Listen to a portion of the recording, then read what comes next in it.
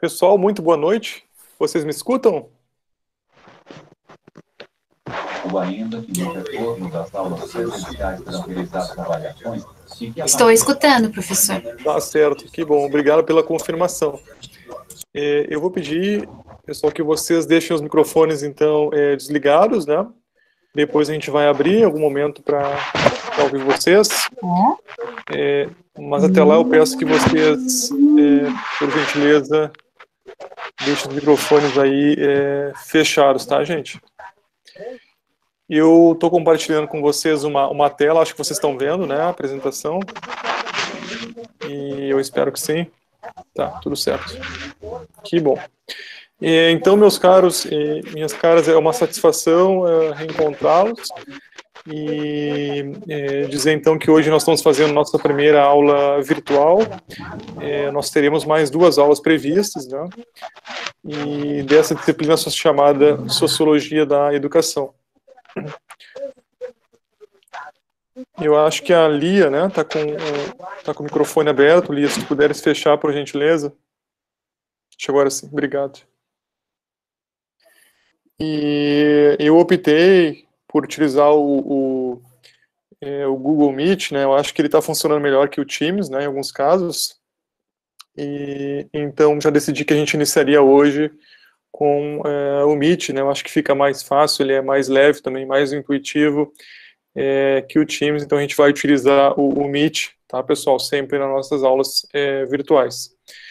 E então eu queria dizer para vocês que essa disciplina, Sociologia da Educação, ela é uma disciplina muito especial, né, por vários motivos. Eu estou olhando agora, pessoal, a minha tela, né, essa que eu estou compartilhando com vocês, então eu não vou conseguir ler o chat, tá? Então qualquer coisa aqui, caso meu microfone fale, enfim, eu agradeço se alguém puder me avisar, pelo áudio mesmo, tá certo? E para que eu possa acompanhar com vocês aqui, então, essa apresentação. Então, essa disciplina, ela é muito importante por vários motivos, né? Se a gente pensa o nascimento da sociologia mesmo, das ciências sociais, não tem como entender esse nascimento sem estudar a sociologia da educação, tá? De princípio, posso dizer para vocês que foi o Durkheim, né, o Durkheim, o grande fundador dessa disciplina, e obviamente que todos vocês sabem, não do quanto o Durkheim ele contribuiu, sobretudo, para aquele período de institucionalização da sociologia enquanto uma disciplina científica, né? E é justamente o Durkheim que é considerado o grande fundador também da sociologia da educação. E vocês lembram, né, certamente, do conceito de fato social do Durkheim, e vejam que a educação ela se encaixa perfeitamente. O próprio Durkheim, em muitos livros, muitas obras que ele escreveu, ele utilizava esse conceito, porque se nós pensarmos nas características de um fato social como algo, né, extenso, externo e coercitivo, é o caso da educação, né? A educação é um fenômeno social, universal, né, que nós temos em todas as sociedades. Claro que essa educação, né, a forma como ela é ofertada, para quem ela é ofertada, hoje, né, a qualidade com que ela é ofertada, ela vai variar bastante, mas ela é um fenômeno, então, universal, né? E, obviamente, que ela é um fenômeno também que a gente pode dizer que é um fenômeno moderno, né? Então, por isso mesmo, ela está extremamente imbricada com esse contexto também de surgimento da sociologia das ciências sociais, né, que vocês já estudaram, já viram isso. Além disso, né, além dessa importância em si para o surgimento das próprias ciências sociais, da sociologia, né, vocês que já atuam, que vão atuar como professores, não é, vão fazer muito uso do conhecimento dessa disciplina, né? Porque o professor, em todo momento, ele digamos assim, ele é mobilizado, ele é instigado, não é, a entender a educação como um fenômeno social mais amplo, não apenas como um fenômeno individual ou um fenômeno cognitivo. E hoje, né, por exemplo, considerar vários fenômenos que perpassam a escola, como a violência, como a evasão escolar, a desigualdade educacional e até mesmo agora os impactos da pandemia do Covid, sem considerar, não é, esses aspectos aí, então, da educação entendido como um fenômeno social mais amplo, é praticamente impossível, não é? E vejam bem, né, essa disciplina, inclusive, ela está presente em todos os cursos de licenciatura, né? Ela é uma disciplina aí central, e no nosso caso ela se configura como algo mais importante porque é a nossa disciplina, né? Nós vamos nos formar em ciências sociais, em sociologia, enfim, então ela é muito especial e por isso mesmo a gente vai poder aqui aprofundar, né, porque você já tem conhecimento também de muitos autores que a gente vai ver, pelo menos os autores clássicos, então uma disciplina que vai auxiliar de sobremaneira, e eu penso, me recordando dos meus anos de professor de escola, mas também agora de professor de nível superior, muitos momentos assim mais tensos e cruciais que eu experienciei. Esses conhecimentos da sociologia da educação, eles também foram muito úteis para a minha vida como professor. Além disso, né, dizer para vocês que eu trabalho, né, há mais de 20 anos nessa área de sociologia da educação, pesquiso, escrevo, e então é uma área que eu tenho muito, assim, muito carinho, né, e entendo a sua importância, e sem a compreensão dessa disciplina, não é o que ela pode nos trazer para professores, também para gestores educacionais, a gente perde muito e não consegue, enfim, enfrentar esses problemas todos que a educação, né, como um fenômeno social nos impõe. E então a sociologia da educação ela pode ser caracterizada, não é, como ela está nesse rol das chamadas ciências da educação.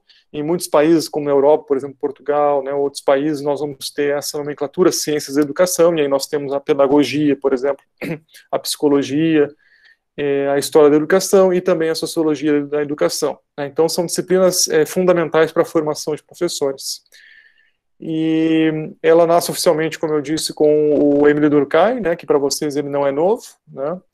E ele era um autor francês, como vocês bem sabem, né, fundador, mas talvez vocês não saibam algo importante sobre a vida do Durkheim, que o Durkheim, ele foi também a gente pode dizer assim, um reformador social, e ele inclusive atuou, né, num dado momento como, não era o cargo de ministro, né, mas como um secretário de educação na França. E o Durkheim, inclusive, ele propõe alterações muito significativas no modelo de ensino francês. Além disso, né, obviamente que tem uma importância aqui fundamental, porque lembre, né, que a educação moderna, como nós conhecemos, ela vai ser fundada na França, não é, com as reformas napoleônicas. E toda a proposta do ensino público, gratuito, universal, não é, ela vai emergir nesse contexto justamente do qual o Durkheim é filho, né, como um francês, enfim, e ele próprio vai se engajar nesse processo de reforma do sistema de ensino francês, né? E então Durkheim ele entende a educação como um fato social, né? A educação para o Durkheim, né, a gente poderia contrapor ele à visão de alguns filósofos que entendiam que a educação, ou até alguns pedagogos, né, que a educação seria algo apenas individual. O Durkheim vai dizer que não, vai dizer que claro, há elementos individuais, mas é sobretudo um processo social, não é?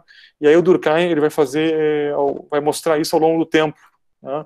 Ele tem estudos muito interessantes comparando algumas sociedades, por exemplo, a sociedade grega, né? E aí ele compara Atenas e Esparta, depois vai comparar também, avançando no tempo, né, sociedades modernas, e lembrando que o Durkheim tinha essa ênfase também na metodologia comparativa, né?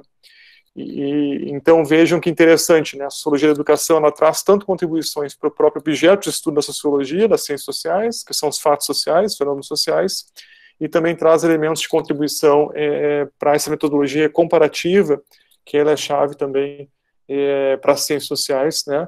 Hoje, sobretudo, né, é a grande metodologia que se destaca, com certeza, dos estudos comparativos, e que já estavam presentes, já apareciam lá, né, de forma seminal na obra do Durkheim. Então, essa disciplina que nasce lá com o Durkheim, ela se consolida, ela se desenvolve muito, né? Muitíssimo, a gente pode dizer que ele é uma das áreas mais representativas, inclusive, se a gente pensar hoje na nossa Associação Internacional de Sociologia, né, a ISA, nós temos um grupo de pesquisa, né, chamado Sociologia da Educação, que eu inclusive participo há alguns anos, que ele foi fundado pelo Pierre Bourdieu, que era também aquele sociólogo, né, conhecido francês, e é um dos maiores grupos da ISA, dessa Associação Internacional de Sociologia, é justamente esse grupo de Sociologia da Educação, né, só para mostrar para vocês como assim, uma área, né, importante, relevante, e que hoje, felizmente, ela tem aí agregado muitos achados, né, na área educacional, incluindo estudos sobre evasão escolar, a reprodução escolar, desigualdade educacional, educação e desenvolvimento, políticas educacionais, poder, currículo e sociedade. E então, assim, a gente pode concluir que é uma disciplina que tem trazido muitas contribuições, né, para o debate. O professor ou o gestor, enfim, né, que não entenda dos conceitos dessa disciplina, o quanto essa disciplina pode agregar, quer para a prática docente, quer para a reflexão mais ampla sobre as políticas educacionais, né, perde muito, né, e a sociedade também perde muito, porque, como eu disse, é uma disciplina que ela trouxe muitos elementos, não para agregar a compreensão desse fenômeno que é extremamente complexo, né. Hoje, então, com a pandemia, a gente pode dizer assim que, mais uma vez, né, a educação, ela mostra a sua relevância, hoje, né, muitas vezes pela ausência, a gente está vendo da sua relevância, inclusive muitos pais não sabem como lidar com os filhos, né, tem pais que estão tendo que alfabetizar os filhos em casa, né, auxiliar com uma série de tarefas. E o curioso é que muitas pessoas que não valorizavam talvez tanto a escola ou até mesmo a ação dos professores agora estão repensando, não é? E estão vendo o quanto realmente a nossa ação, a ação dos professores, ela é relevante e ela é significativa, né? E então vejam que é algo novo, né, que a pandemia também nos traz, e mais uma vez ela destaca a centralidade que o processo educativo tem nas sociedades contemporâneas, né? Acho que isso assim fica evidente.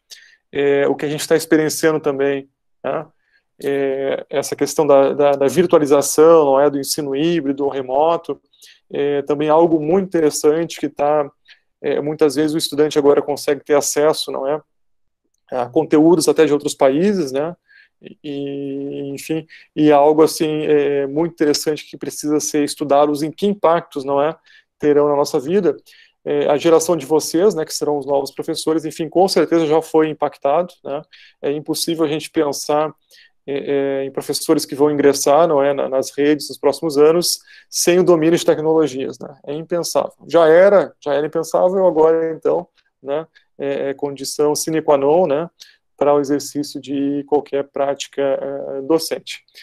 E então, meus caros, né, eu queria, assim, hoje, nesse nosso primeiro encontro, apresentar para vocês, assim, um pouco da disciplina, né, e nós pensamos essa disciplina com muito carinho, sempre considerando o curso de vocês, que é um curso de licenciatura, não é? Então é algo que tem que ser aplicado realmente, que vocês possam, né, ver sentido, ver algo como algo significativo que está, de fato, agregando elementos à formação de vocês. Então, quem já conseguiu dar uma olhada, não é, no nosso plano, vai ver que nós estamos estruturados, são 4 módulos, né, no qual a gente inicia com uma introdução, e aí também em cada módulo nós temos diversos materiais, né, ali disponíveis, e isso também sempre lembra que eu tenho dito para vocês, nós queremos também aqui no curso instigar, não é, em vocês também como que nós esperamos que vocês atuem como professores, né, que práticas são boas práticas, né, então vocês vão ver que vocês encontram ali documentários, né, tem fóruns, tem textos, né, então assim, diferentes formas de apreensão, elas estão ali disponibilizadas para vocês, né. E, então os documentários, assim, eles foram escolhidos a dedo, né, a gente tem documentários que são mais de contexto, de história, mesmo sobre a disciplina, e depois tem aí com entrevistas com autores, né, também, chegando até no módulo 4 ali, nos problemas educacionais mais contemporâneos e atuais, né? Também em termos de tarefas, vocês vão ver que nós buscamos inovar. Nós temos uma primeira tarefa, que ela é uma escrita, né? Vocês vão fazer uma tarefa escrita, enfim, com base em dois problemas, né, que vocês vão ter que resolver, duas questões, e a segunda tarefa da disciplina, ela já a entrega de um produto, enfim, que vai ser a elaboração de um vídeo ou de uma animação, tá certo? Ou até de um podcast, né? Então, também pensando nesse momento que nós estamos, né, pensando nas redes, nos nossos parceiros e colegas das redes, que estão realmente vivenciando e fazendo isso, né, estão elaborando videoaulas, estão fazendo podcasts, estão trabalhando também com correção de provas, enfim, né, inclusive instrumentos físicos, né, mas estão tendo que inovar. Então, eu substituí, assim, a princípio, um trabalho mais tradicional, mas então vai ser essa elaboração de um vídeo, enfim, de uma animação ou de um podcast. Mas isso a gente vai poder conversar com mais calma e tranquilidade, né? Mas dizer então que a disciplina, ela começa com com o surgimento da sociologia da educação, contexto histórico, principais autores, e ela vem então até os dias atuais, né? Porque como vocês não têm Sociologia da Educação 2 no curso, né, uma disciplina apenas, também a gente ficar apenas nos clássicos, né, eu acho que seria uma perda enorme para vocês, né, então, nesse módulo final a gente traz autores contemporâneos, né, que a gente está utilizando nas pesquisas, inclusive, né, que são autores muito interessantes, tem autores alemães, brasileiros, franceses, né, italianos, ingleses, tá, vocês vão ver que, assim, as possibilidades são inúmeras, né? E também os textos foram escolhidos assim com muito carinho e atenção, vocês vão ver. Tem desde textos assim que são mais breves, né? De uma leitura mais tranquila, assim, que são geralmente os textos obrigatórios, e tem textos adicionais, né? Inclusive alguns textos adicionais eu consegui algumas obras que são disponíveis, né? Que os direitos são livres. Então a gente conseguiu incluir até algumas obras inteiras de Sociologia da Educação que estão ali disponíveis para vocês. Eu acho que vocês vão gostar, inclusive, né? Sobretudo porque a tarefa 2, mais à frente, vocês vão poder escolher um tema, né? E aí também de acordo com esse tema que vocês escolheram, obviamente vocês vão poder escolher, né, um autor que trabalhe esse tema, né? Mas a minha ideia agora é aproveitar esse nosso encontro. Eu quero falar um pouco mais, então, desse surgimento da sociologia da educação, tá? E depois, no final, pessoal, eu vou abrir para escutar vocês, né? Impressões sobre a disciplina, dúvidas e tudo mais. Então, dando continuidade aqui na nossa introdução à disciplina, nós temos o Durkheim, né, gente, nessa obra que é chave dele, que é uma obra que vocês precisam ler, né? Infelizmente ela não tem em formato digital, né? Até a gente pode tentar procurá-la aqui, mas ela é uma obra também assim que, pelo tempo que ela foi escrita, ela pode ser de repente difícil de ler, né? Mas obviamente aqueles que forem se dedicar, né, com mais afinco a essa disciplina, até para um trabalho final, ou no mestrado, doutorado, né, vão ter que, obviamente, ler essa obra aí, que é uma obra muito importante. E o Durkheim, né, então, lembrem-se que ele era um funcional, né, um funcionalista, muito inspirado ainda no Comte, inclusive no positivismo, não é? E trabalhava com essa questão do funcional comparativo, que para ele era muito importante, né? E ele justamente vai buscar essa compreensão do fenômeno educacional, analisando diferentes sociedades ao longo do tempo, buscando, não é, assim, pontos comuns e também particularidades, né? Tem alguns que estão entrando aqui, eu estou autorizando.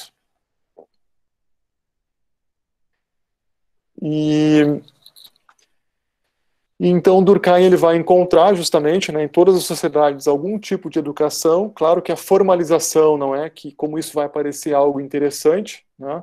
Então vejam que o Durkheim ele chama de educação, ele não chama de formação, e isso é extremamente importante, não é? Porque a formação é algo restrito, né?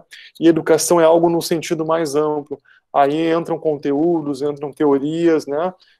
as disciplinas, mas também entram valores, entram uma série de elementos, né, que são mais amplos do que a ideia de formação. Então, o Durkheim está falando aqui justamente em educação nesse sentido amplo, né, e claro que ele vai comparar também com sociedades que ele chama de tradicionais, não é, nas quais vocês lembram, né, daquele conceito dele de solidariedade mecânica, né, lembram disso, e depois vai comparar essas sociedades também com as do que ele chama de solidariedade orgânica, né, que são sociedades modernas e contemporâneas.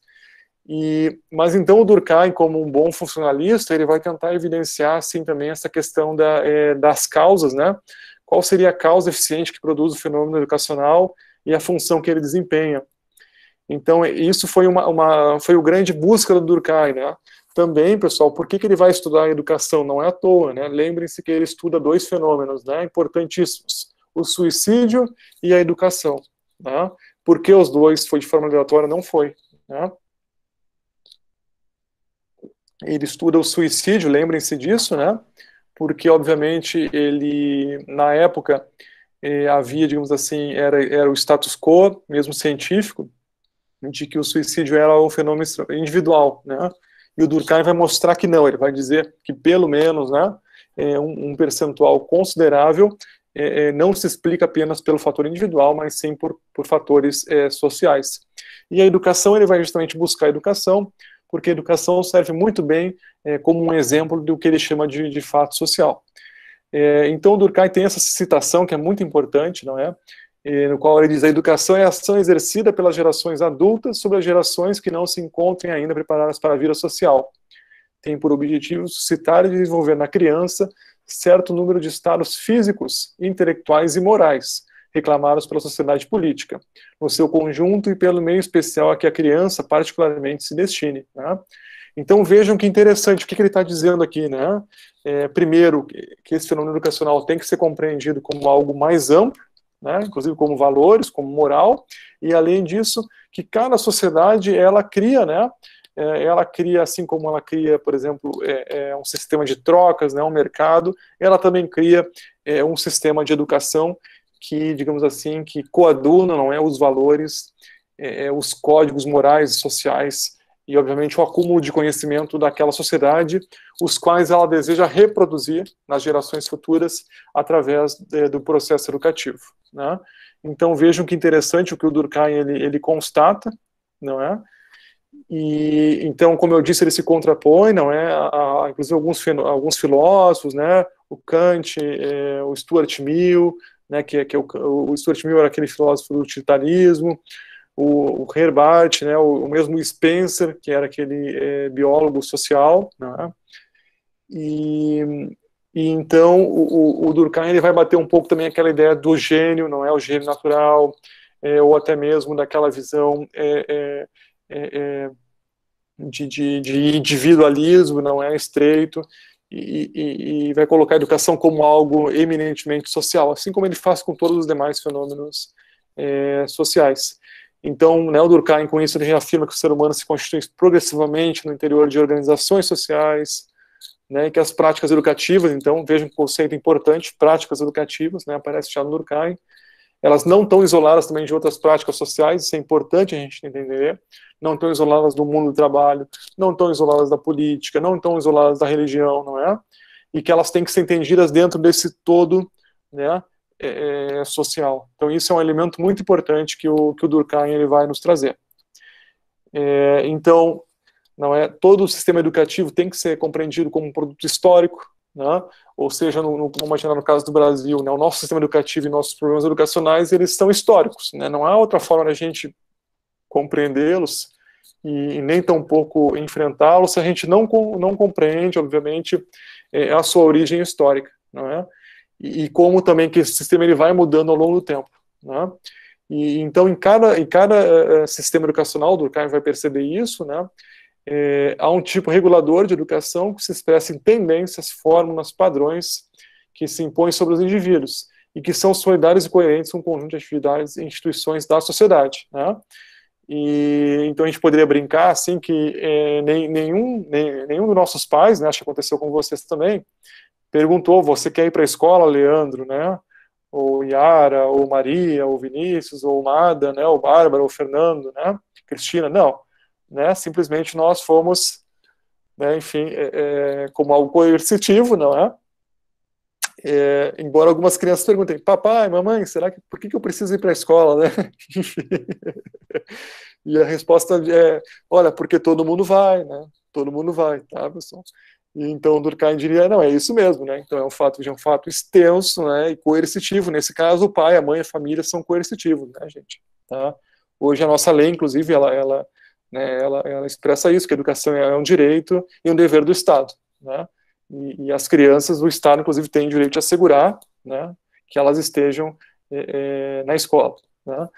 E então vejam que interessante isso, esse entendimento já estava lá no Durkheim, né? Lembrando que a França é o primeiro país moderno, né, europeu, que institui então o sistema público, gratuito e obrigatório, compulsório, tá? Bom, que contexto é esse, né? E aí a Turra tem uma obra muito interessante, né, que ela está inclusive nas nossas referências, que ela diz o seguinte: o novo estilo de vida se construía nas sociedades que privilegiava o consumo e a abundância, né? O mundo se ocidentalizava e a cultura burguesa emergente dominava sobre as outras. Observando esse contexto, Durkheim preocupou-se fortemente com a educação moral, percebia um culto do individualismo, próprio dessa nova cultura europeia que se expandia pelo mundo. Então, vejam, não é à toa, né, quando a gente olha até hoje o sistema de ensino francês, né, a gente vai ver a força que, por exemplo, a sociologia tem, né, a presença da sociologia, mas não só a sociologia, o direito, a economia, não é? Outras disciplinas que são, que tendem a dar essa visão mais social sobre o mundo, né? Então, isso ainda é uma influência importante, é um legado importante que o Durkheim deixou, né? Enquanto pensador e enquanto também um gestor, né, que ele foi um reformador do sistema de ensino francês. O Durkheim, pessoal, nessa perspectiva funcionalista da educação, né, e ele vai inspirar muitos autores, né, vocês já estudaram também, né, o século passado, pelo menos a primeira metade do século passado, foi dominada por autores do que se chamou de funcionalismo, do estruturalismo, depois do estrutural funcionalismo, como vocês bem sabem, né? E aqui aparece o nome do Talcott Parsons, né? E o Talcott Parsons, pessoal, que vocês leram, né? Se não, também vale a pena ler, né, gente? Ele trabalha com a ideia de sistemas sociais, e ele vai se calcar muito para isso no Durkheim, não é? E o Talcott Parsons ele se torna, né, uma grande referência dominante, né, assim, que emerge dos Estados Unidos para o resto do mundo, né? Então, nos anos 70, 80, até 90 no Brasil, ele foi um autor assim muito presente. E então, não é, o Parsons vai também trabalhar essa ideia de educação, né, nesse aspecto funcional, vai tentar entender que as sociedades modernas não tem como se manter sem a educação, inclusive sem a educação, né, entendida como um sistema, e as diferentes relações que esse sistema tem, por exemplo, com o sistema religioso, o sistema político, o sistema científico, o sistema econômico, cultural e por aí. A família, né, entendida também como um sistema sob a ótica do Parsons. E também, né, o Parsons ele analisa esse processo de transformação nas sociedades tradicionais para modernas, não é? E buscando entender os tipos de ação social, tá? E aí aqueles que não leram o Parsons talvez não estranhem, tá, gente? Porque o Parsons ele tentou, né, fazer uma fusão entre uma aproximação, pelo menos, né, entre o Durkheim e o Weber, né? Então por isso que aparece aqui tipos de ação social, né? A questão de símbolos e valores. Ele trabalha com o Pareto também, que era um autor da ciência política, né? Com a psicologia também era um autor assim bastante importante, né? E o Parsons também ele vai aprofundar assim esse elemento que o Durkheim já via, né? A grande preocupação do Durkheim é entender como que as sociedades elas se mantinham ao longo do tempo, né? Como que o laço social e a reprodução se dava. E o Parsons vai enfatizar esse aspecto também da reprodução social, né? Isso é algo muito forte. Então não é à toa que o Parsons depois ele é muito criticado, ele é muito condenado, justamente pela ênfase nessa reprodução social, não é? Essa ênfase na ordem, no consenso, na integração dos valores, né? e mesmo nessa ideia de que as escolas elas tinham que incutir, então, um conjunto de valores, né, restrito, enfim, que fosse consensual, né, e essa ênfase também em entender os papéis sociais, né. E o Parsons, então, ele publica, né, em 59, um artigo que é muito importante, que é clássico, né, para essa abordagem funcionalista da educação, aonde, então, ele defendia, né, que os indivíduos nasciam já com estatutos atribuídos, né, socioeconômico da família, sexo e ordem de nascença, né, e, acima de tudo, pela educação. Então, o Parsons, não é, nessa engrenagem, ele realmente pensava, né, como bom funcionalista, um estrutural funcionalista, ele pensava realmente a sociedade como uma engrenagem. Se a engrenagem da educação não estivesse funcionando bem, então essa sociedade ela entrava em crise, né, ela entrava em anomia, a ideia do Durkheim, né.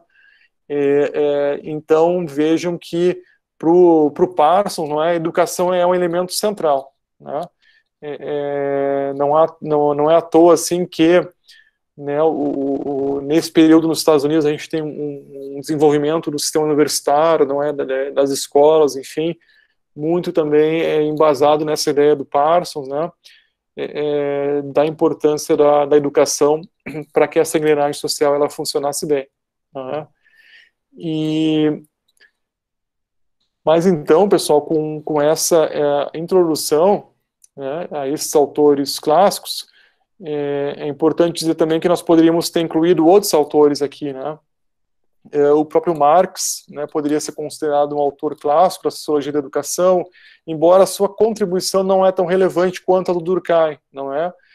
Mais relevante do que a contribuição do Marx, na verdade, é a contribuição dos autores marxistas, né, que estudaram sociologia da educação, como o Gramsci e outros, né, os próprios autores da escola de Frankfurt, né, e outros que vão dar origem depois à teoria crítica. Eles utilizaram, né, não só o Marx, também, assim, alguém poderia perguntar, Leandro, mas e o Weber, né, que é um dos autores clássicos, ele não estudou educação, ele estuda, né, mas, sobretudo, preocupado em fazer aquela análise, lembrem da sociedade oriental, né, chinesa. Então ele vai entender qual o papel que a educação teve, né, no processo de surgimento da burocracia e da racionalização do mundo, né. Mas também não é um autor que dedica tanto tempo, né, a esse processo de entendimento da educação. Também há outras possibilidades de autores clássicos que a gente poderia incluir aí, não é? Nós poderíamos também voltar mais no tempo, poderíamos ir mesmo até a Grécia, buscar alguns filósofos, né, que já se preocupavam com a questão da educação, mas a rigor, né, se a gente pensa a ciência social e a sociologia como objeto de estudo, ela vai nascer realmente nesse contexto, não é? Com o Comte, o Marx, o Weber e o Durkheim. Tá? Mas é em função disso também do nosso tempo aqui que a gente faz esse recorte, não é? Mais específico. Então, considerando o Durkheim como o grande expoente, não é? O grande pai dessa disciplina chamada Sociologia da Educação. E então, pessoal, o que eu queria, agora já vou abrir para vocês, mas eu queria, assim, acho que a gente podia aqui navegar um pouco juntos, não é? No nosso Moodle. Deixa eu ver se eu consigo compartilhar com vocês aqui.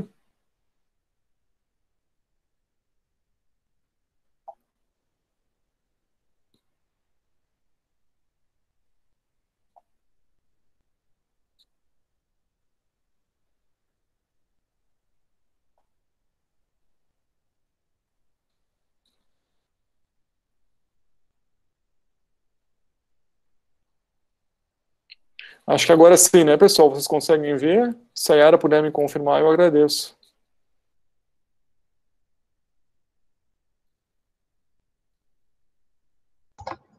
Sim, dá para ver, tá visível. Estão vendo, né? Tá. Então tá bom. Então, pessoal, nós temos aqui, né, o nosso plano da disciplina, né, algumas orientações. Nós temos já a agenda das próximas aulas virtuais, tá? Deem uma olhadinha aqui, né? E então nós temos esse primeiro módulo que ele é voltado a essa introdução à sociologia da educação. Tem, então, esse documentário aqui bem interessante, que é mesmo de contexto, né, que vocês podem, vão dar uma olhada, né, e depois, então, nós já temos aqui os textos, lembrando para vocês que sempre são 2 textos obrigatórios, né, e depois textos recomendados, o ideal é que vocês leiam todos, mas eu sei que vocês têm outras disciplinas, enfim, né, então também não quero pressionar tanto, mas né, aqueles que já, de repente, já tem algum apaixonado pela disciplina, né, então vale a pena ler, tá, gente? Todos eles são relevantes, mas é mais em função do tempo que a gente faz essa seleção entre obrigatórios, não é, e recomendados. Também haveriam outros, é claro, mas a gente não coloca aqui. Cada módulo, pessoal, tem um fórum também, né, eu peço que vocês participem, é importante, né. Essa apresentação que a gente está mostrando, ela já está disponível para vocês aqui, né, então vocês podem acessar, e eu preferi já deixar os módulos abertos, se não me engano estão todos abertos, ou pelo menos o 1 e o 2, né, porque eu sei que como alguns de vocês, de repente, estão com mais tempo, outros com menos, enfim, mas aqueles que estão mais tempo, de repente, quiserem já lendo, né, os outros materiais, no tempo de vocês, aí já está aberto, né, gente. E então aqui já temos, né, alguns vídeos que já são mais específicos, então, sobre a sociologia da educação, o que é, principais autores, não é? E aqui mesmo, né, esse texto 1, ele traz alguns elementos do Marx, né, e do Weber, tá? Então não se preocupem. Depois também aqui, não é, essa questão mais visível nas teorias, como que aparece, e aqui nos textos recomendados, pessoal, né, aí aparece o Durkheim, né, que é fundamental, o John Dewey, né, que foi um filósofo, educador norte-americano, ele é considerado como o pai do pragmatismo, é um autor também da democracia, da relação entre educação e democracia, né, e é um autor importante que está aqui disponível para vocês. Tem esse texto que é muito interessante sobre a questão da formação de professores hoje, né, os limites contemporâneos e alternativas. Temos, pessoal, aqui fórum também, tem mais material. No módulo 3 já estão abertos, é isso aí. Nós temos, gente, não, o módulo 3 não está, né? Não, ainda não. Está oculto, vai ficar um pouco oculto. Tá? Então eu não vou revelar hoje, né? Vou deixar um pouco de mistério para vocês, né? Mas na próxima aula a gente pode falar. Mas na próxima aula eu apresento, pessoal, mas o que eu já indiquei para vocês, não é que o módulo depois, o 13 e o 4, eles vão se aproximar mais dos autores contemporâneos, e o módulo 4 é todo dedicado a problemas educacionais contemporâneos, não é, que nós estamos enfrentando, e abordagens contemporâneas que vão poder ser muito úteis, né, para a tarefa 2 que nós queremos fazer aqui na disciplina, mas também para a vida de vocês, agora enquanto estudantes, mas também enquanto professores, né? E eu queria também agradecer a presença de todos vocês hoje aqui, né? Nós estamos aí com mais de 50 pessoas, e agradecer especialmente às nossas tutoras, né, que estão que vão nos acompanhar, né, durante essa disciplina. Agradecer desde já pelo apoio que elas vão nos trazer. E nós tivemos uma preocupação também, pessoal, em pensar uma disciplina que a gente conseguisse efetivamente realizar o que está sendo proposto, né, de tal forma que também na entrega das tarefas a gente não tivesse maiores atrasos, tá? Então, desde já eu faço um apelo para vocês. Claro que eu sei, né, que sempre tem situações que surgem, né, mesmo a situação que todos nós estamos é uma situação complexa, né, muitos cuidando de familiares, cuidando de filhos em casa, eu desde já me solidarizo com vocês, né, e então nós temos, claro, prazos, mas todos eles são, né, sempre que o estudante justificar, né, eles são ampliáveis, não há problema algum. Mas o meu grande apelo seria, assim, que a nossa disciplina ela vai até ali início de novembro, né, mas que a gente até o Natal, digamos assim, né, conseguisse ter encaminhado tudo, né, para que a gente esteja, né, até o Natal tranquilos, né, para aqueles que precisarem, então, justificar o que tiverem, enfim, algum impedimento, né. E então eu queria desde já dizer isso para vocês, que é possível sim ampliar algumas datas, né, se for justificado. No mais, eu gostaria então de desejar uma boa disciplina para todos nós, né, que a gente realmente aproveite esse conteúdo que nós vamos ver, as experiências que nós vamos ver, e a nossa atividade final, ela vai ser um seminário, tá, que nós faremos, né, no qual nós vamos discutir, então, a nossa produção final, né, que vai ser esse vídeo, o documentário, enfim, uma animação ou um podcast. Tá? Mas então eu abriria para vocês agora, né, estou à disposição aqui para a gente conversar, para tirar dúvidas, né, sobre o que nós vimos hoje, ou questões da disciplina, né, mas novamente agradeço a atenção de vocês e pela presença nessa noite. Está aberto, pessoal, então, aí, ou pelo chat ou microfone, né, fiquem à vontade aí, né, e só cuidar para um falar de cada vez, né, para a gente não... Tá certo? Obrigado, gente.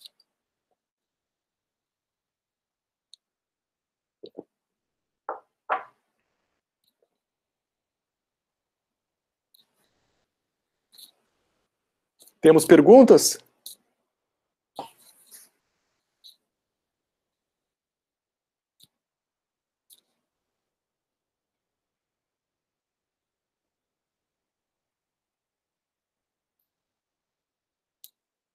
Pode fazer pelo chat, pessoal, ou também pelo microfone. Quando tem silêncio da turma, assim, é porque ou todo mundo entendeu tudo ou ninguém entendeu nada, né, gente? Tá? Aí é bom sempre o professor ter umas piadas, né, para contar, enfim, né.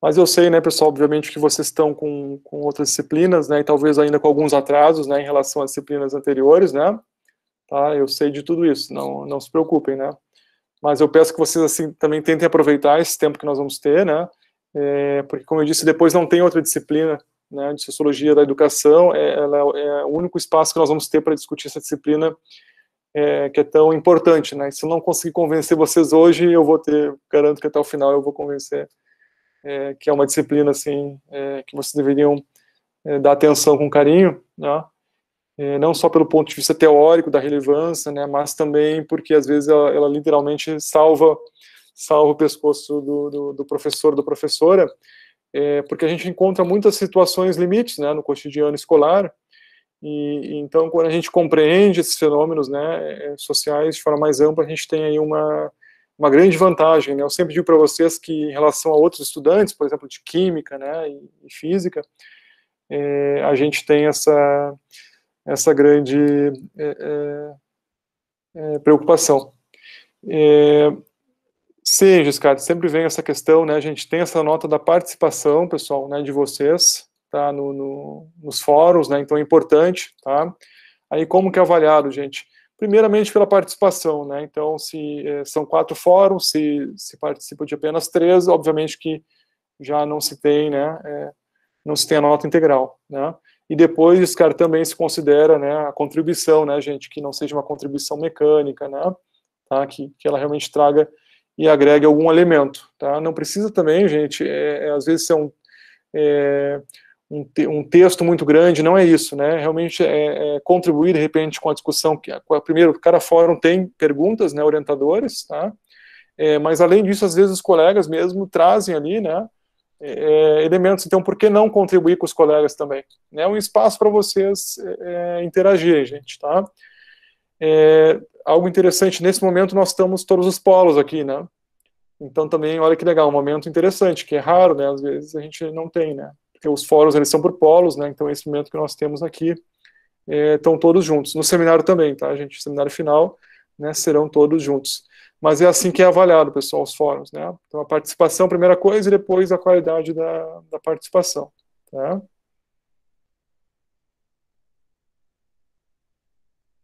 Ah, sim, Fernando, é verdade, né? O Quino, né? O pai da Mafalda, né? E esse chargista, né? Que fez aí grandes animações, né? A Mafalda é a nossa, eu diria assim, né? Querida da sociologia, mas também de outras disciplinas, né? E muitas vezes a gente utilizou, né? Charges, né, pessoal? Charges, eu já disse para vocês, né? É um grande, assim, recurso educativo que a gente tem, né? Nós mesmos fizemos um curso que está no Lumina disponível, né? Eu já disse para vocês isso, né, gente? Se chama Imaginação Sociológica, tá? É gratuito, no Lumina da URGS, né? É só entrar lá, ó, Lumina, vou até colocar aqui. E nós contratamos, pessoal, um artista plástico, né? Um desenhista que fez charges, né, sociológicas, tá? Então, é um curso que tem animações também na plataforma Lumina. Ah, tu fizeste, Betina, que bom que tu gostaste, então. Espero que tu use aí, Betina, né, com teus alunos também no futuro. E a gente está buscando também recursos para fazer, Betina, um outro, né? A gente queria ter animado mais, né? Mas a animação é algo caro, pessoal, né? Mas as chaves ali ficaram impressionantes, né? Era muito bom que esse artista plástico, ele era formado em ciências sociais também, é o Paulo, né? Muito querido. E aí, então, nós pedimos o desenho e ele fazia, né? Inclusive, ele fez charges nossas, né? Não sei se vocês vão me reconhecer ali, mas tá... Eu dou uma dica, pessoal, né? É o nariz, né? Pelo nariz vocês vão me reconhecer ali. Mas fica a nossa homenagem também ao Quino, né? Querido, né, gente? Tá? E a Mafalda, né? Super importante.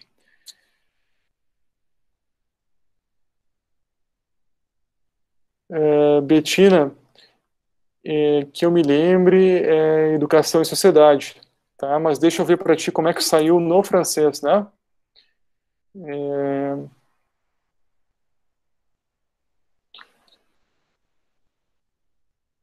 Pode ser que tenha um problema de tradução, gente, né?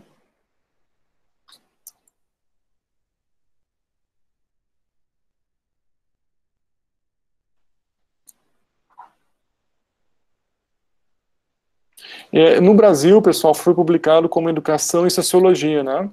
Tá? Com certeza. Tá? Essa foi a tradução. E eu vou confirmar para vocês, mas se eu não me engano, em francês foi Educação e Sociedade. Tá? Mas aí eu vou anotei aqui. Aí na próxima aula eu confirmo para vocês como que saiu em francês, né? Que às vezes não é sempre que a tradução é a mesma, né?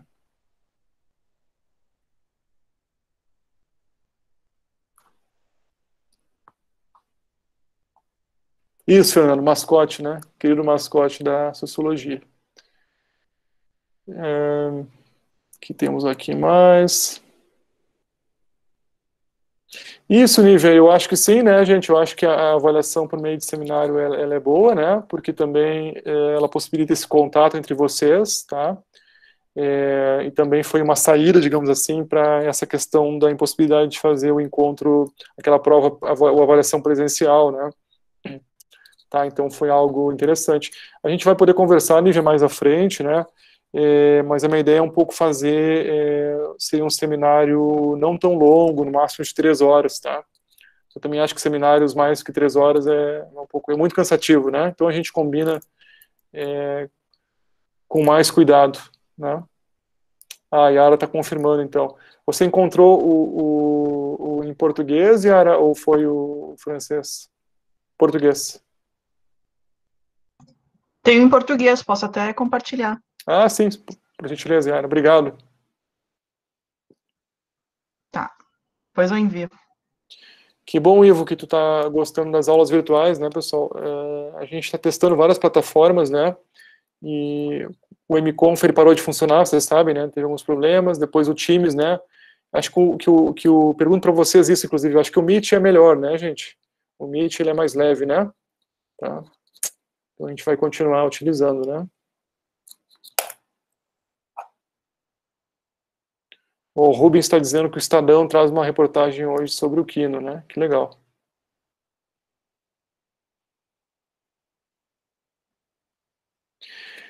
Flávia, assim, as atividades, né, individuais ou em dupla.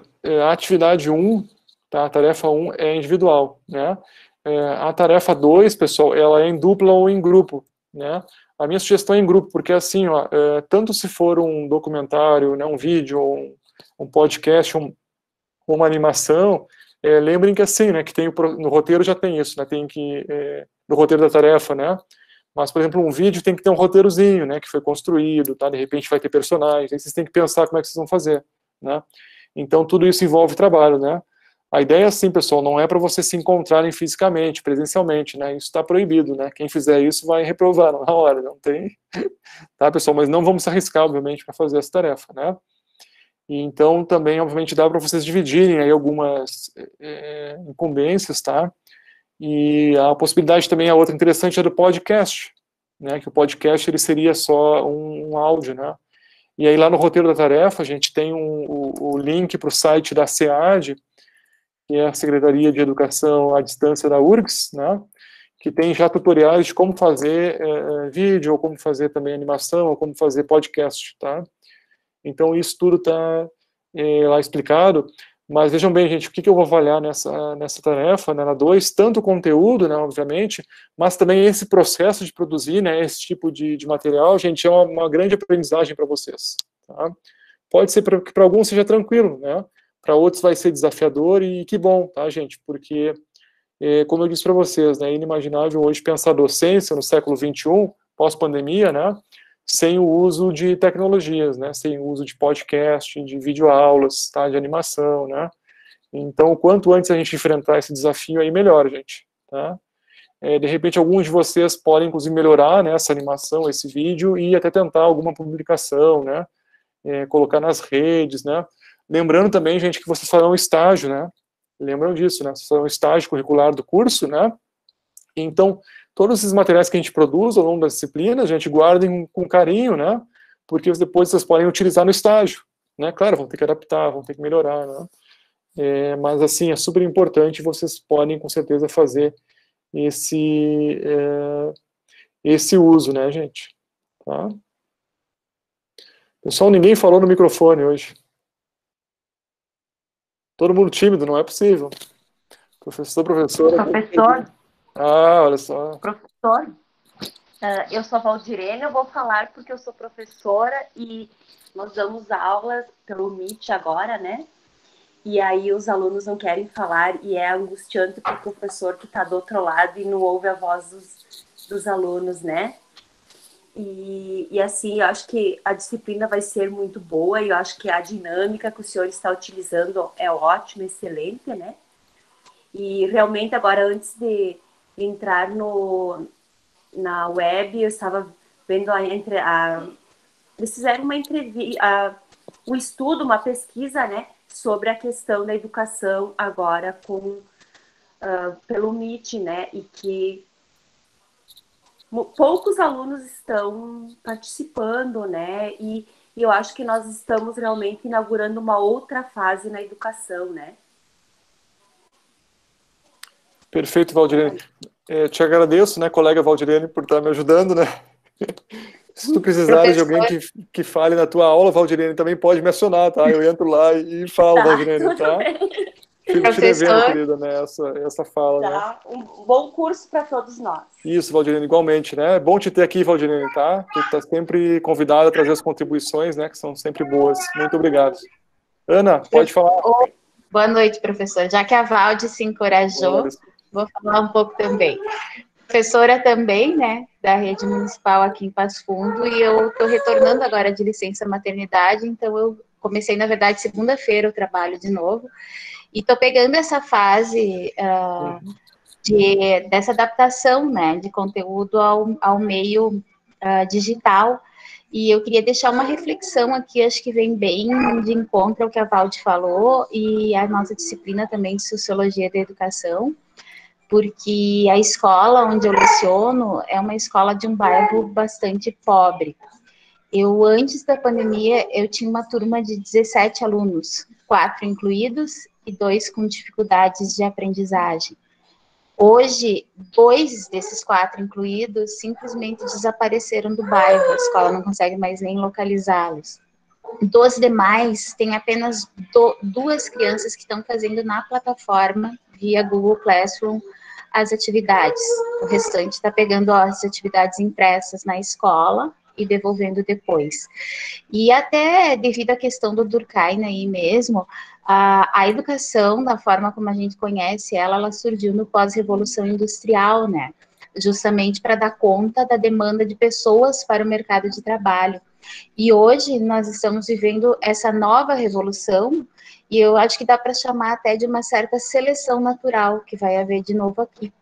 Porque mesmo pós-pandemia, eu creio que as coisas não vão voltar ao formato que eram ou ficar apenas na forma que era. Eu acho que essa revolução digital, ela demorou muito a acontecer, e hoje a gente vai ter consequências sérias, principalmente para essas crianças que não estão dentro do meio digital, que não têm famílias socialmente estruturadas e economicamente que tenham essa capacidade de estar ambientando elas nesse novo contexto. Então, deixar essa reflexão aí para os colegas, que tenhamos um bom semestre e possamos terminar antes do Natal mesmo.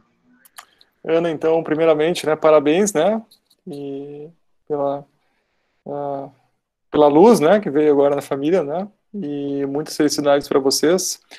E te dizer que é muito bom ouvir teu relato, assim, né, nós estamos aqui em contato mais direto com a rede estadual em Porto Alegre municipal, né, em função dos estágios que nós estamos fazendo de forma remota, e com os nossos colegas das redes, né, e o relato tem sido eu mesmo, tá, Ana? Há um percentual expressivo de estudantes, né, que as redes perderam qualquer contato com eles, né, então eles estão desde março realmente sem aulas, né, e nem o envio e entrega de atividades físicas eles estão conseguindo fazer, né, então, assim, concordo plenamente contigo, é algo muito preocupante, né, aquela desigualdade educacional que já existia, e aqui a gente vai discutir muito isso, né, ela se ampliou, né, demais.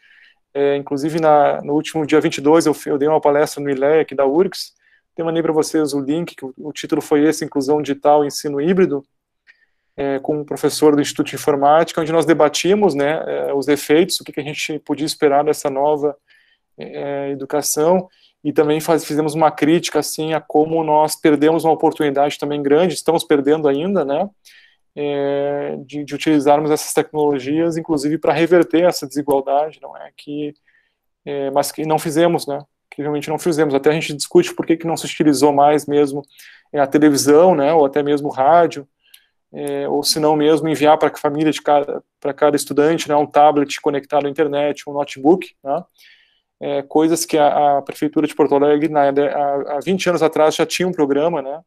15 anos atrás, que era um notebook por aluno, né, e na época ela tinha colocado a maior parte das escolas em rede já, né, e depois muitos programas similares a esses foram descontinuados, né, então super importante, né, de ouvir, né, e é um grande desafio realmente, então por isso eu digo, né, pensar a educação pós-pandemia é outra reflexão, né, gente, é outra reflexão e é outra formação, pessoal, quem não se deu conta, né, eu estou chamando a atenção de vocês, né, é um outro professor que vai ser demandado, né, aquele professor antes da pandemia, esqueçam, gente, né, tá, algumas coisas seguem, claro, né, mas outras mudaram aí de forma substancial e também a gente imagina, né, que vão mudar mais, porque outros fenômenos sociais vão acontecer, né, pessoal, a gente sabe disso, né, e até possível outras pandemias, né, no futuro, talvez não tão distante, infelizmente, né,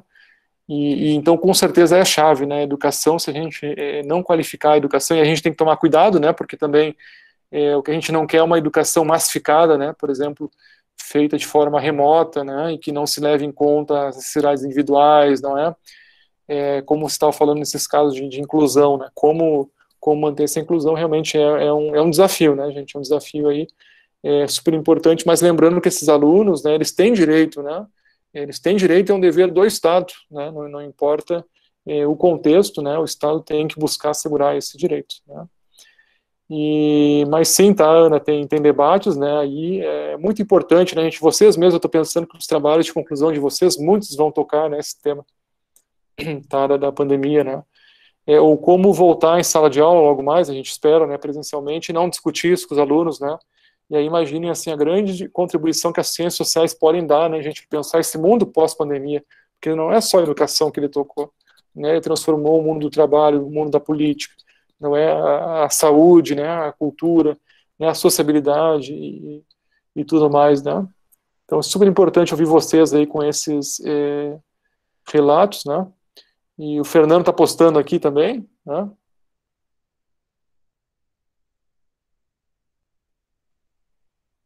Fernando, pois esse atraso, né, chama atenção, né, mas chegou, né, pessoal, pelo menos chegou, né, Fernando, mas é um atraso, assim, inacreditável, né, imperdoável, né, pessoal, que nós, como é possível, né, ter um atraso assim tão grande? A Graziella está postando ali, né, né, Graziella, essa questão das crianças, né, o acesso às tecnologias, nessa palestra mesmo que ela está disponível, acho já do ILEA, eu trouxe alguns dados que são alarmantes, né, gente, o percentual de jovens e crianças que não têm acesso à internet é enorme, quase 30% dos domicílios não têm acesso, né, também chama atenção, aqueles que têm acesso não é para fins educacional, né, não é para fins de notícia, é para redes sociais, né, e então chama muita atenção. Flávia, você quer falar? Isso, são várias coisinhas, assim, uma com relação a essa questão da educação à distância, eu acho que ficou mais, no meu ponto de vista, ficou mais evidente a diferença entre as escolas públicas e particulares. A gente vê a disparidade que tem, essa questão do Estado ser obrigado a fornecer os materiais, a internet, enfim. A gente sabe, infelizmente, a gente sabe que é uma coisa que não vai acontecer, sendo bem realista, né? Eu não tenho nem perspectiva de que isso aconteça. Teve tanto tempo para acontecer, tinha condições financeiras melhor, digamos, o Estado estava numa condição financeira melhor e não fez. Acredito que hoje e nem num futuro próximo vai acontecer. Com relação à educação à distância, eu hoje não vejo isso como uma possibilidade para uma formação, porque se os alunos já têm a diferença estando dentro da sala de aula, já tem a diferença uma escola pública para uma particular, agora a distância, a gente vê, o meu filho saiu na metade do ano passado por inúmeros problemas de uma escola particular para uma escola do município, e eu vejo que os colegas dele atrasam os materiais, a gente busca a cada 14 dias, ele faz em casa, a gente entrega na escola, os colegas dizendo que não conseguem fazer porque tem um celular com internet e a mãe trabalha fora o dia todo, ele só tem de noite e tem 2 ou 3 irmãos para fazer as atividades. Então, assim, a gente vê, a escola não vai poder reprovar, não pode nem dar falta, e vai cobrar como que essa criança faça a atividade se ele não tem nenhum telefone que consiga entrar ali para fazer uma busca, fazer uma pesquisa. Então, a escola não tem livro para dar para todas as crianças. Então, assim, como é que a gente, eu me coloco no lugar de um professor, como que o professor se sente com relação a isso, né, do aluno, não poder fazer uma atividade que ele deu, porque o aluno não consegue fazer uma busca simples no Google e não tem nenhum livro para ler sobre aquele conteúdo. Então, assim, seria ótimo se fosse, como para nós, ter uma educação EAD, que a gente já entra no EAD sabendo que nós vamos ter que ter uma mesa, a gente vai ter que ter um computador, a gente vai ter que ter o tempo disponível, e a gente já tem uma formação. Aí a gente vê pais que não sabem, pais que às vezes não têm nem a 5ª série do fundamental, como é que ele vai fazer? Meu filho está no 7º ano, como é que ele vai fazer ali uma conta de matemática, vai fazer uma busca de ciências, de geografia, que ele não estudou, ele não tem aquilo ali, e quando ele estava na escola, era completamente diferente do que é hoje. Então, assim, infelizmente seria uma boa ter essa opção do ensino EAD, porque eu acho que ia abrir para muito mais pessoas poderem estudar, mas da forma que é hoje, eu não vejo essa perspectiva como possível. E daí, com relação ao trabalho, uma dúvida que surgiu entre os colegas no WhatsApp, existe um número de pessoas por grupo? Como é que vai ser? Aproveitando, fazer tudo de uma vez só. Vamos começar pelo mais simples, né, Flávia? Quando eu conversei com as tutoras, gente, nós, assim, refletimos... Olha, eu não veria problema 5, 6 pessoas, tá, Flávia? É que se for muito mais que isso, eu acho que fica muito caótico, né, gente? Tá? Fica meio caótico, né? Tá? A não ser que vocês justifiquem, né, porque que teve tantos integrantes, tá? Mas seria de dupla a 6, né, a 7, tá, Flávia? Tá bom, obrigada, professora. Aí, Flávia, em relação a isso que você falou, né, muito bem colocado, né, Flávia, e o pior, assim, se a gente está falando de um extremo, né, gente, que é as escolas públicas, né, carentes, mas vamos falar do outro, as escolas de elite, né, as escolas de elite, então, elas estão aí, literalmente, surfando, né, porque vamos imaginar, assim, o estudante de escola de elite tem, né, um quarto para si, né, enfim, tem um equipamento com um computador, né, com 2 tablets, smartphone, uma internet rápida, né, e eles têm tempo, eles não precisam trabalhar, não precisam ajudar em atividades domésticas, né, e muitos deles, por estarem restritos agora em casa, né, espero que estejam, né, enfim, algumas escolas, inclusive, né, privadas, têm possibilitado realizar mais atividades ainda do que no ensino presencial, né, Então, aquela desigualdade que existia entre o público e o privado agora está galopante, né, gente? Então, imagina, assim, que condições tem um estudante da rede pública, aqui no ensino médio, do 3º ano, né, de fazer o Enem, comparado a um estudante assim, né, que está, de repente, de manhã ele tem aula na escola, à tarde ele tem aula no cursinho, e à noite ele tem professores, tutores pagos, né, gente?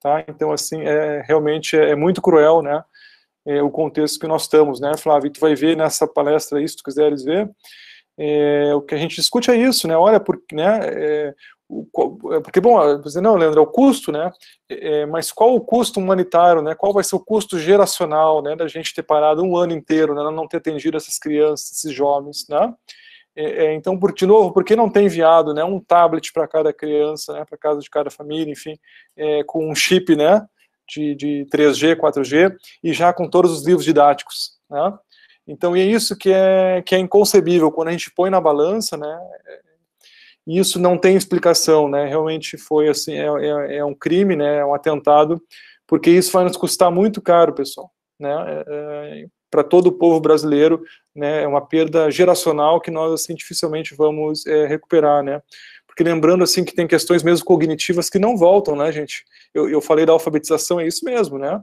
a criança que não é alfabetizada na idade certa, ela tem uma lacuna terrível, gente, né, não tem como voltar no tempo, não tem, pessoal, né, isso se perdeu, e mesmo os jovens, adolescentes também, a gente sabe, né, que tem estudos que mostram isso, por exemplo, aprendizado de línguas, né, e tudo mais, né, então tem aí danos que ficaram, né, além dos sanitários, além das mortes trágicas e tudo mais, né, que vão nos acompanhar durante muito tempo, né.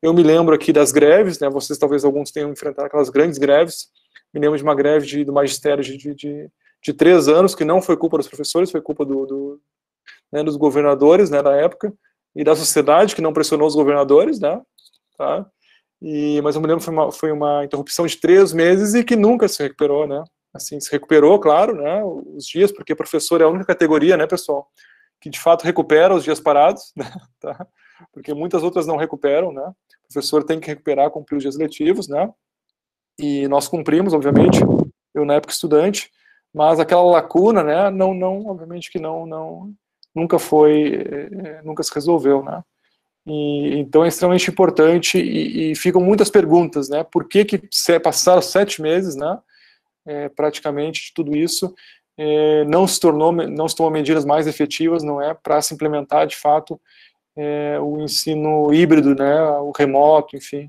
tá, então... Mas aí, desculpa, professor, mas é que aí, assim, ó, uma coisa que a gente, estando do outro lado, tá, eu como mãe, eu tenho a minha visão pensando no meu filho, mas como eu sou estudante também de psicopedagogia junto com as ciências sociais, então, assim, a gente tem uma visão do outro lado também, porque não vou dizer, poucos pensam no lado do professor, principalmente um professor de escola pública que vem com salários atrasados e parcelados há quanto tempo, na condição que o professor tem dentro de casa, um computador, um espaço para ele sentar, para ele fazer a aula, porque às vezes ele passa do horário dele dentro da escola, porque a escola oferece um computador, oferece uma impressora para que ele faça aquele trabalho, uma boa internet para fazer as buscas, que muitos não têm dentro de casa. Muitos professores tiveram que ir atrás comprar um computador, às vezes de segunda, terceira mão, um computador de baixa qualidade, para conseguir produzir o conteúdo que ele vai mandar para o aluno. E aí é triste a gente ver, muitas vezes, muitos comentários de pais, o professor está reclamando do quê? O professor não quer voltar à aula porque não quer perder a mamata de ficar em casa, recebendo sem trabalhar. E, infelizmente, eu vejo muito mais esses comentários do que comentários de pessoas defendendo os professores, pensando que não é a hora de voltar à aula, além das crianças, pela saúde dos professores também. Então, é outra coisa que a gente tem que mudar o pensamento, talvez a nossa geração que está se formando, professores, a gente não vai ter tempo de mudar isso, porque nós vamos pegar alunos já do ensino médio. mas talvez as futuras gerações de professores mudar a cabeça das crianças desde lá da educação infantil, da importância do professor, né? Porque hoje não tem essa valorização, não tem, e nem dos governantes e nem dos pais, porque os pais acham que é mamata, o professor chegar ali, mandar aquela atividade e pronto, acabou. Então, foi o que eu dizia, né, no início, né? Mas, Flávia, o Durkheim, né, ele nos coloca uma questão central para nós educadores, né? Que é justamente isso, né? A educação é um fenômeno social como nenhum outro, né? Fundamental, e porque justamente é essa reprodução dos valores sociais mesmo, né? E nesse caso do próprio valor que é atribuído à educação, né? E aos professores, né? E tudo mais. E vejam, né? Mas o Durkheim ele nos cutuca um pouco em relação a isso, né, Flávia? Porque veja bem, os professores têm um papel fundamental na educação, né? E claro que eles não são os únicos, mas eles têm um papel fundamental, né? Então, toda criança, a gente pensar, né, todo adulto, ele passou pela escola, né? Mesmo que tenha sido uma experiência, talvez, não a melhor possível, né? Em alguns casos traumática, mas ele passou, né? Então, também foi uma chance que nós perdemos, não é? De transmitir esses valores, não é? O próprio valor de consideração da importância da educação, não é? Da vida humana e tudo mais, né? Então aí eu acho que isso nos chama mais atenção da nossa responsabilidade enquanto professores, mas sobretudo educadores, né, para essas dimensões que transcendem, né, o próprio ensino de um conteúdo, né, muito mais que conteúdo, são valores, não é, são ideias, né, e que estão em xeques radicalmente nesse momento. E por isso mesmo a gente entende, né, porque em todo mundo a educação está sendo alvo de ataque, né, sobretudo de movimentos e grupos conservadores, porque elas entendem isso, né? Talvez tenham lido Durkheim, né? Então quem leu Durkheim vai entender isso, que a educação ela é central, né? Para a estruturação da sociedade, gente. Né? Mas talvez elas não tenham lido bem o Durkheim. Se leram? Não leram. Claro que não leram, né, gente?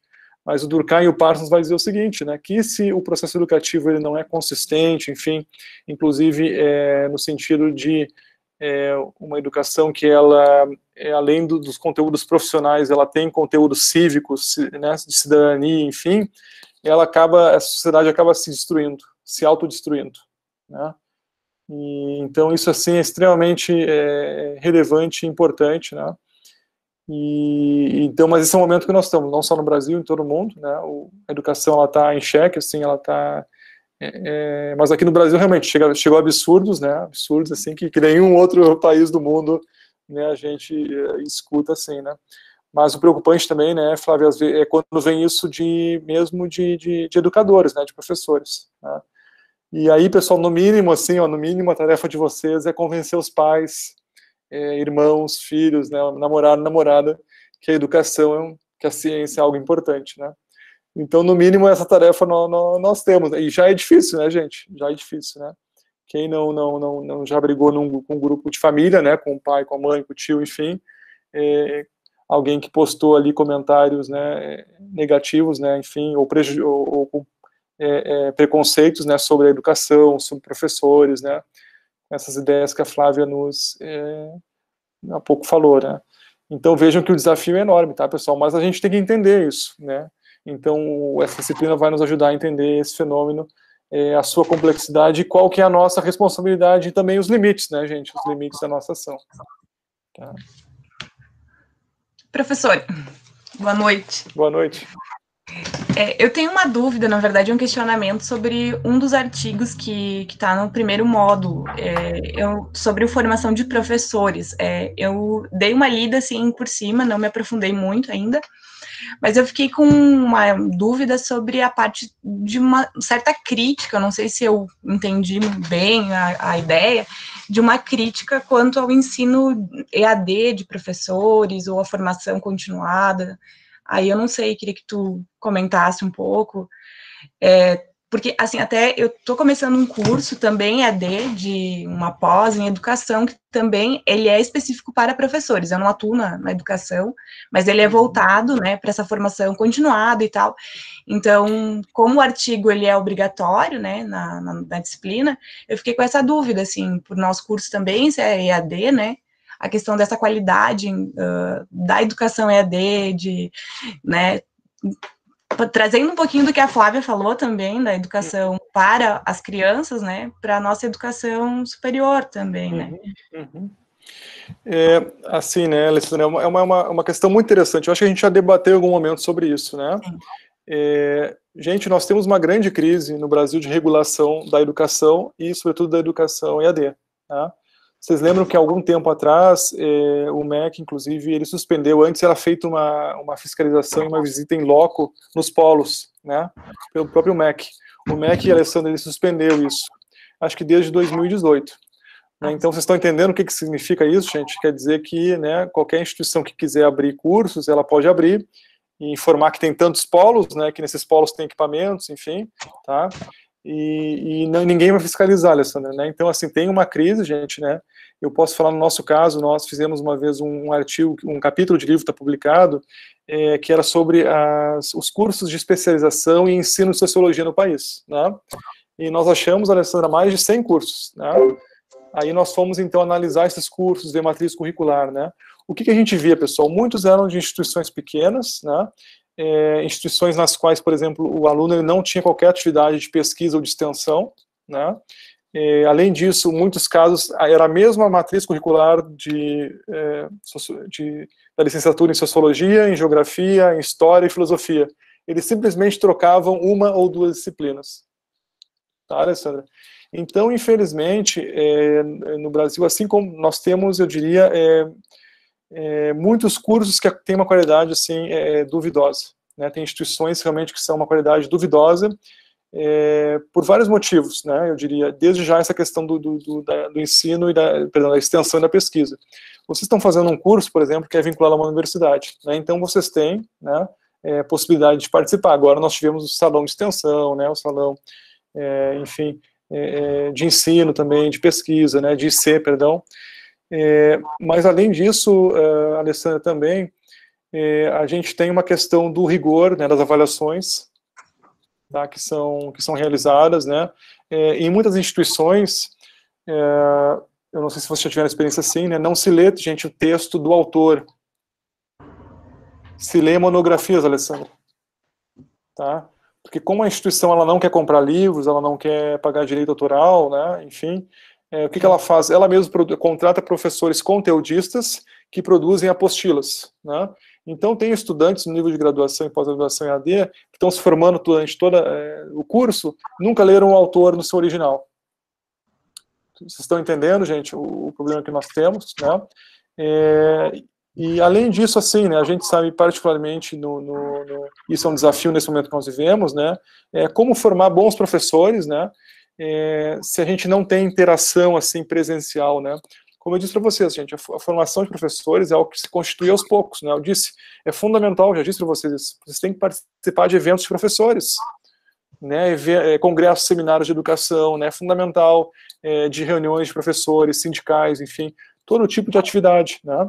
Então, pensar que alguém pode se formar em pedagogo, ou licenciado em sociologia, ou física, ou matemática, né? Sem nunca ter ido num evento científico, num evento de formação de professores, é inconcebível, Alessandro, né? E essas instituições não oferecem, muitas delas, qualquer tipo de oportunidade desse tipo, né? E então, assim, infelizmente, é crítico, gente, tá? É crítico a gente, quando eu entro em contato, né, com um estudante que veio de uma boa instituição EAD e de outro que veio de uma duvidosa, a diferença, assim, é absurda, gente, né? Muitas instituições EAD não há quase o estímulo à escrita, né, e à autoria, tá? Então, vocês veem aqui, não, ao contrário, vocês têm que escrever muito, né? Às vezes alguns reclamam, mas é fundamental, pessoal, né? Então, aí, com isso também, Alessandra, eu peço que, de repente, os colegas vão começar a valorizar mais essas cobranças que surgem, né? E por mim, pessoal, vocês leriam muito mais, tá, Alessandra? Aqui vocês iam me abandonar, iam fugir, né? Mas por mim, vocês iam ler os livros inteiros, né? Iam ler até outros idiomas, né, pessoal? Tá? Porque vocês vão ver isso, né, gente? Quem lê em outros idiomas e depois compara com a tradução sabe que sempre no processo de tradução nós temos perdas, né, gente? Tá? Então, o ideal mesmo, quem for querer aprofundar um autor ou outro, uma disciplina, gente, é ler no original, tá? Então, professor, tá querendo dizer que eu vou ter que estudar outras... Sim, pessoal. né? O espanhol no mínimo, né, Alessandra? Professor, é que assim, a gente fala, né, da qualidade da educação e passa por isso também, né? Como que estão saindo, né, formando esses professores, né? Porque há uma crítica grande da comunidade, da sociedade contra os professores. E muitas vezes não é assim gratuito, né? Algumas formações, quem sabe, não estão saindo de acordo com o esperado, o desejado, né? E aí, quando eu li o artigo sobre o EAD, eu fiquei pensando, né? A gente realmente tem a cobrança, é federal, enfim, tem outras questões também, né? Então, eu não posso falar de outras universidades ou outras faculdades que eu não cursei, né? Mas, enfim, é uma coisa, assim, para se questionar também, a qualidade dos professores também, essa formação, né? Claro, claro. Alessandra, assim como qualquer profissão, outra profissão, né, nós temos bons e maus profissionais, né, tá? E eu sempre disse para vocês também, né, nós temos colegas, falando da nossa área de ensino de sociologia, né, gente, que fazem um desserviço, tá, Alessandra?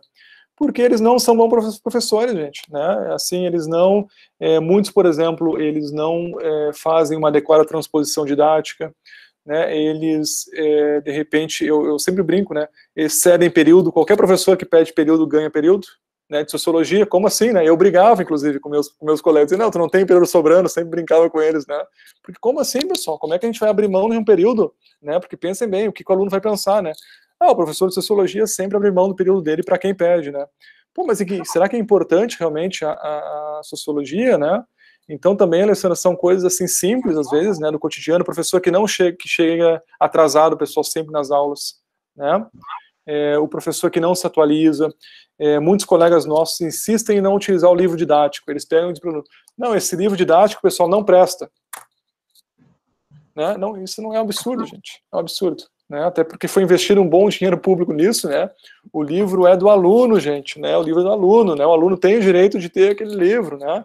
Então, claro, não precisa usar em todas as aulas o livro, enfim, mas utiliza o livro também, gente, né? É um direito dos alunos de ter um livro didático, né, Alessandra? E então nós temos casos assim, gente, que eu concordo contigo, né? É um pouco aquele ditado, quando a gente aponta o dedo para alguém, tem outros 3, pelo menos, apontados para a gente, né? E então nós também temos culpa, tá? Porque vejam bem, pessoal, se não forem os professores, se não forem os cientistas a ensinarem e a convencerem a sociedade que a educação é importante, que a ciência é importante, quem é que mais que vai convencer, Alessandra? Né, pessoal? Ninguém, né? Muitos políticos, você sabe, muitos políticos não, é o contrário, eles querem cada vez mais, né, a população que não tem acesso ao conhecimento, porque aí eles podem, né, dizer falácias e ninguém critica, eles podem, né, as empresas também podem vender produtos que fazem mal e as pessoas não criticam, não é? A gente tem hoje essa questão também, numa outra disciplina que eu estou trabalhando com os colegas da geografia, a gente está discutindo essa era da pós-verdade, né? E, então, nessa era da pós-verdade, o uso, a manipulação da informação é tremendo, né? E aí, se a gente se perguntar qual é o percentual da população brasileira que sabe, né, por exemplo, filtrar essa informação, ver essa informação de forma crítica, né, conseguir ver qual a origem dela, qual é a identidade de quem, e qual a motivação, né, de quem está postando aquilo, né, é um desafio, tá?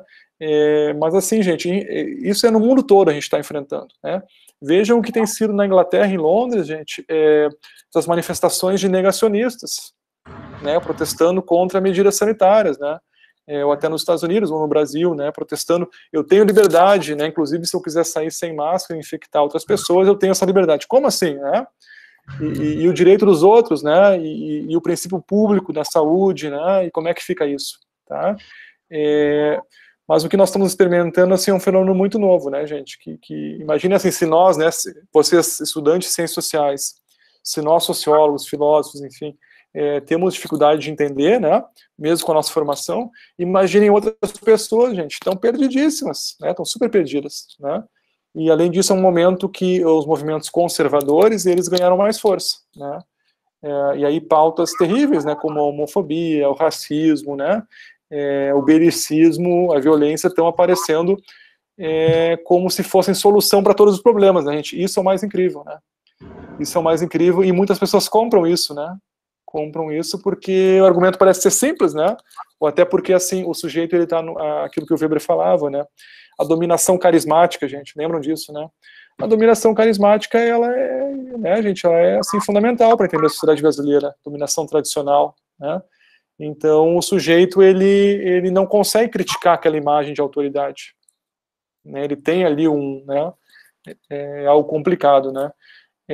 Então, mas vejam que sem educação, né, sem educar a população, né, inclusive numa educação que busque popularizar a ciência, né, a gente não vai conseguir avançar, pessoal, né? E inclusive a situação ela tende a piorar, né? Porque imagine assim uma população com medo, né? Uma população ignorante, gente, né?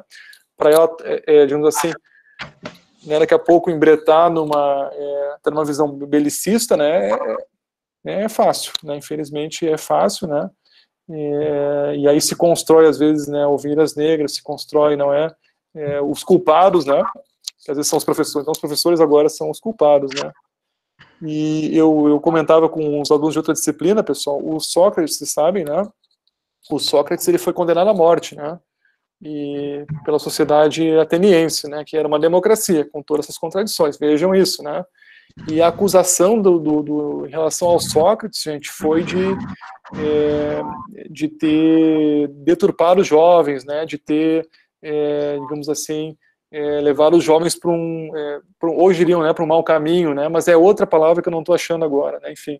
Mas foi essa grande acusação que levou o Sócrates à condenação à morte, né, e a pena foi por envenenamento, né, ele próprio tomou o veneno chamado cicuta, né, e morreu, né, então assim é uma coisa trágica, ou seja, é uma sociedade democrática super expressiva como a ateniense, matou, né, talvez um dos homens mais sábios que já tenha vivido, né, acusando de ter deturpado, né, a juventude da época, né, e enfim, né, então assim é algo interessante para a gente refletir também, tem muito a ver, né, com esse momento que nós estamos vivendo, no qual se busca esses bodes expiatórios, né, como se eles fossem causadores. É o caso dos chineses, né, a gente olha os chineses, o absurdo né, mesmo que a gente possa fazer críticas ao sistema chinês, né, mas acusar os chineses de que eles teriam liberado, né, o corona, assim, é algo absurdo, né, gente, é algo assim realmente absurdo, que não tem nenhuma comprovação científica, né. Tem outros tantos vírus circulando já, que a gente sabe, esperamos que eles nunca causem uma epidemia, né, mas que tem origem em muitos outros países, né. Mas vejam, pessoal, que interessante, né, essa disciplina, assim, ela... pela amplitude do fenômeno educacional, como o Durkheim estava certo, né? Ou seja, ele está ligado com fenômenos políticos, culturais, não é? Econômicos, né? Geracionais também, eu diria, e que vão fazer sempre parte, gente, da nossa vida enquanto professor, educador, né? Pesquisador, né? Então eu fico feliz assim que vocês tenham se empolgado com o debate. A princípio nós íamos até às 20 horas hoje, mas... né, já estamos em 30 minutos a mais, eu fico feliz, gente, agradeço novamente, né, pergunto se alguém tem mais alguma questão para a gente esclarecer ou debater, e senão a gente vai ficando por aqui. Essas aulas têm que ser mais longas, professor, 1 hora é pouco, porque a gente se empolga e entra no assunto e vai, né, tem que ser 2 horas e meia, fazer live, não é aula, fazer live. As lives estão funcionando, né, pessoal? Tem um colega nosso... Dias atrás, nós fizemos aqui do nosso polo, nós ficamos 6 horas e 20 em live, entre os colegas conversando e batendo papo. A gente começou às 6, quando a gente viu, a gente tinha passado a meia-noite. Que legal. E tinha mais assunto ainda, né, Alessandro? Quando o assunto é bom, vai e não para mais. O professor está de parabéns, assim, por essa troca. Eu acho que o curso, no início, a gente estava querendo ou não, né, o distanciamento fez com que a gente utilizasse mais, né?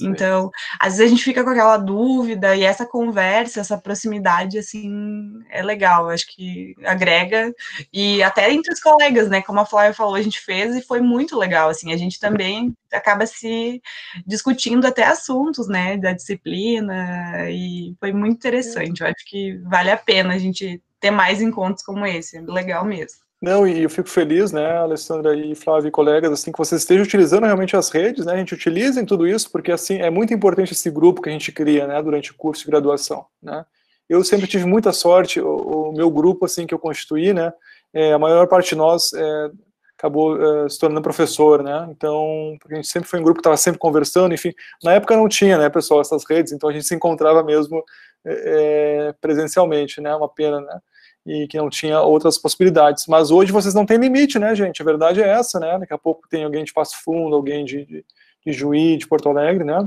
e pode se reunir, né, enfim, em tempo real, né, e sem custos também praticamente, né, sem custos, né, não tem que viajar também sem risco, né, assim, então aproveitem, gente, tá, aproveitem, tem outras novidades que vão surgir com certeza também, né, aproveitem tudo isso, porque realmente, quando vocês entrarem, né, gente, na escola, espero que, né, que a gente volte presencial, que vocês entrem presencialmente, né, já no estágio de vocês, né, vocês vão ver que é outra escola, né, gente, é outra escola que a gente vai encontrar, né, com certeza, normalmente já é, né, já é, mas dado tudo isso que aconteceu, que está acontecendo, com certeza vai ser outra escola e a gente tem que estar preparado para isso, né. E essa questão, como o senhor vai fazer também a avaliação final de seminários, em forma de seminário, a professora Marlise fez também a nossa avaliação final agora de história, e para a gente, assim, foi só comentários positivos, porque era o mesmo assunto, e cada colega debateu de uma forma, tem uma visão diferente, então, assim, o mesmo assunto levantou 20 hipóteses diferentes e todas estavam certas, não tinha que dizer, não, mas esse viu, a Flávia viu de uma forma, a Alessandra viu de outra, a forma da Flávia está errada, a da Alessandra está certa, porque acaba que a gente absorve outros, né, ouvindo os colegas falar, a gente absorve o conteúdo de outra maneira, porque como a gente tem várias disciplinas, né, a gente acaba focando naquela ali e não tem outras visões, e vendo os colegas debatendo, a gente entende de várias outras formas, então isso também é bem bacana, esse tipo de avaliação, assim, que não fica só naquilo, escrever uma resenha, responder umas questões objetivas que fica meio fechada, digamos assim. Eu queria também, me lembrei de uma coisa que é importante dizer para vocês, não sei se alguém já disse, né, gente, mas vocês sempre puderam, né, continuam podendo participar de projetos e ações de extensão e pesquisa, né, mas antes tinha essa limitação física, agora não tem mais, né, inclusive vocês podem concorrer a bolsas, né, gente, tem algumas vagas, né, para extensão e pesquisa que inclui a bolsa, né, e como agora não tem mais essa exigência de estar presencialmente, né, então vocês poderiam estar participando. Mas, de qualquer forma, mesmo que não tenha bolsa, né, vocês podem sempre participar, gente, de forma voluntária. Então, eu sugeriria, assim, quem, né, tiver tempo, tiver interesse, valeria a pena, gente, até o final da graduação, participar de algum projeto de extensão, alguma ação de extensão, ou até de alguma pesquisa como bolsista voluntário, né. Então, para isso, basta procurar um professor extensionista, um professor pesquisador, né, e fazer essa solicitação para ele ou para ela, né. Porque aproveitar, então, que vocês estão numa universidade, né, que se faz pesquisa e extensão, né, então são possibilidades aí, gente, que vocês não devem deixar, não, tá, de considerar. Que vão ter, assim, eu garanto para vocês, tem uma implicação, gente, né, quando a gente seleciona depois alunos na pós-graduação, enfim, né, o fato de ter participado em pesquisa ou extensão é um grande diferencial, né, gente, porque na verdade, é esse contato que a Alessandra falava mais próximo com a academia mesmo, né, com o processo de produção do conhecimento, gente, ou na extensão, o processo de interação com a comunidade, né. Então, assim, não tem outra forma de ter essa experiência, senão tendo a experiência, né, e como que se tem a experiência numa universidade, felizmente, através dessa vinculação a um professor extensionista, um professor pesquisador. Tá? Então, meus queridos, eu agradeço muito a presença aqui, a participação super qualificada e ativa de vocês, a paciência, né, e então nós nos encontramos semana que vem, né, novamente, tá, e eu sempre vou enviar o link um pouco antes da aula para vocês, né, do MConf, e a gente, então, depois eu vou disponibilizar essa aula também, para quem quiser, não pôde acompanhar, ou quem quiser assistir novamente, enfim.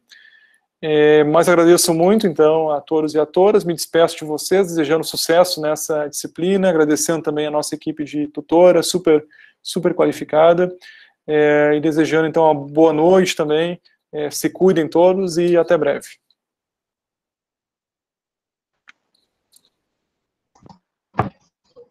Boa noite,